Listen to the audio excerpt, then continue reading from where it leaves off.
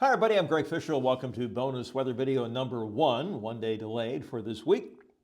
And as I mentioned, I wanted to take a look at the 100-degree day that we had at RDU on Sunday and see how much short-term variation there was in temperature. And you're always going to get more of this in the afternoon because as the atmosphere heats up and it's mixed over a deeper layer, then you tend to get turbulence, okay? So you have little pockets of air where it's going up and little pockets of air where it's going down.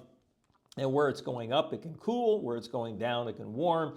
And so you tend to get much more of these little eddies, if you will, as you head on into the afternoon hours. And you'll see that on the graphs here in just a second. But my question was, are those extreme? And how does it compare to Greensboro? We did a comparison last week about how the number of 90-degree days at RDU on average increased 17 days after 1996 when the automated observing station was installed and the humans stopped taking the observations, and the sighting, of course, changed to an unfavorable location, and Greensboro's barely changed at all. So I sort of thought my hypothesis is we're going to see some much wilder variations at RDU than Greensboro, but actually looking at the data, that doesn't bear that out that much. So let's go on ahead and get started here. I have a lot of charts to share with you.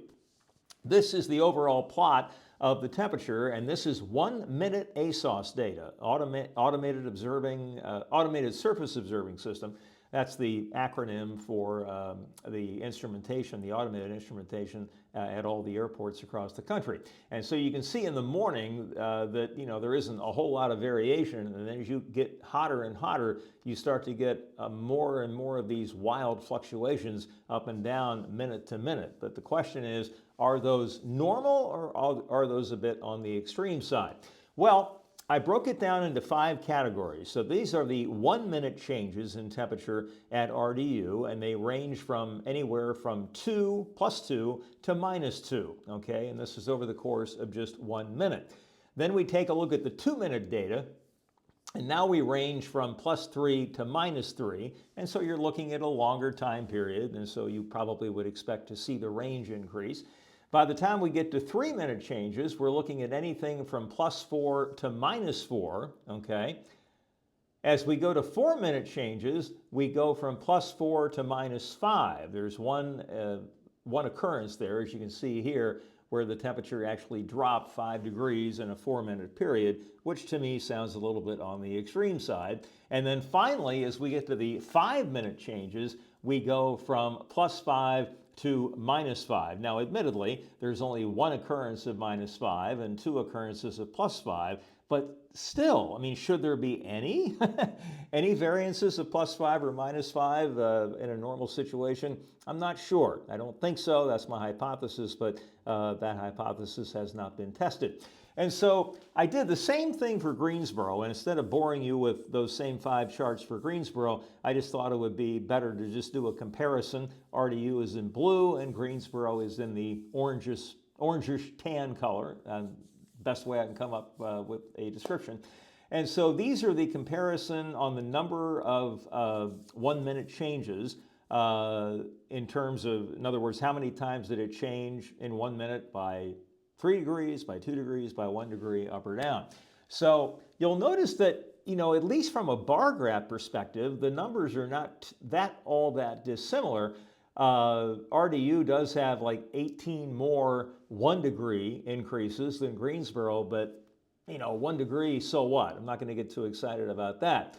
Now we go to the 2 minute changes, and again, on the smaller increases and decreases, like 1 and -1, you see that Greensboro actually has the lead on those, but then as you get into the -2s and -3s and +2s and +3s, then RDU begins to lead, if only by a slight margin. So seems to indicate that the bigger the change over a 2 minute period, the more occurrences you have of that at RDU than Greensboro.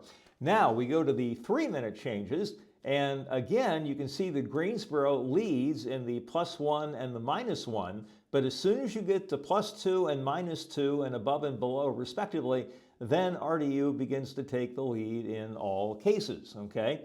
Now, let's go to the 4 minute change.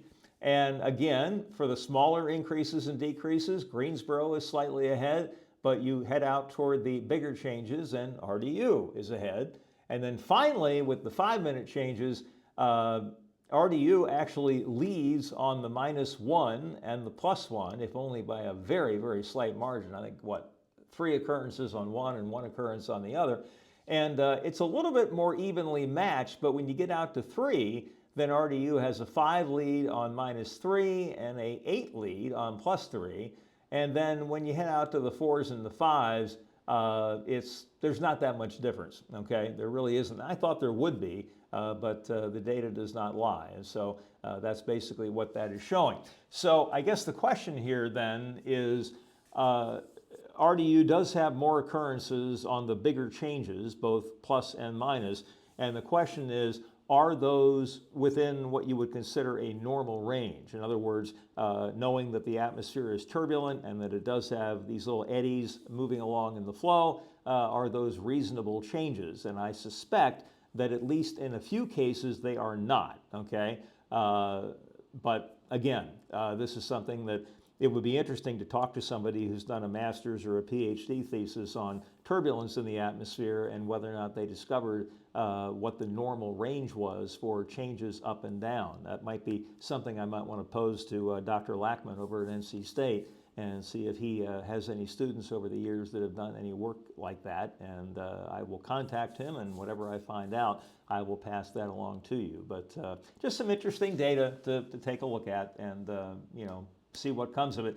Again, the scientific method said you have a hypothesis and you're entitled to those, but then you're supposed to test the hypothesis, and the best way to test it is to try to prove it wrong, okay? And only upon failing to do so do you accept your hypothesis as your conclusion. So this is the way that scientists keep themselves from going down the wrong path, okay? You don't want to look for data that supports what you already think. You want to look for data that doesn't support it. And if you can't find any, that's great. But if you do, then your hypothesis obviously was not correct. All right, folks, that is it for now. There are the credits. That is the bonus weather video for this Tuesday. Next one coming up tomorrow. Next daily weather update coming up tomorrow as well. They have that in common. All right, folks, you all take care, and we'll talk to you on Wednesday. Take care.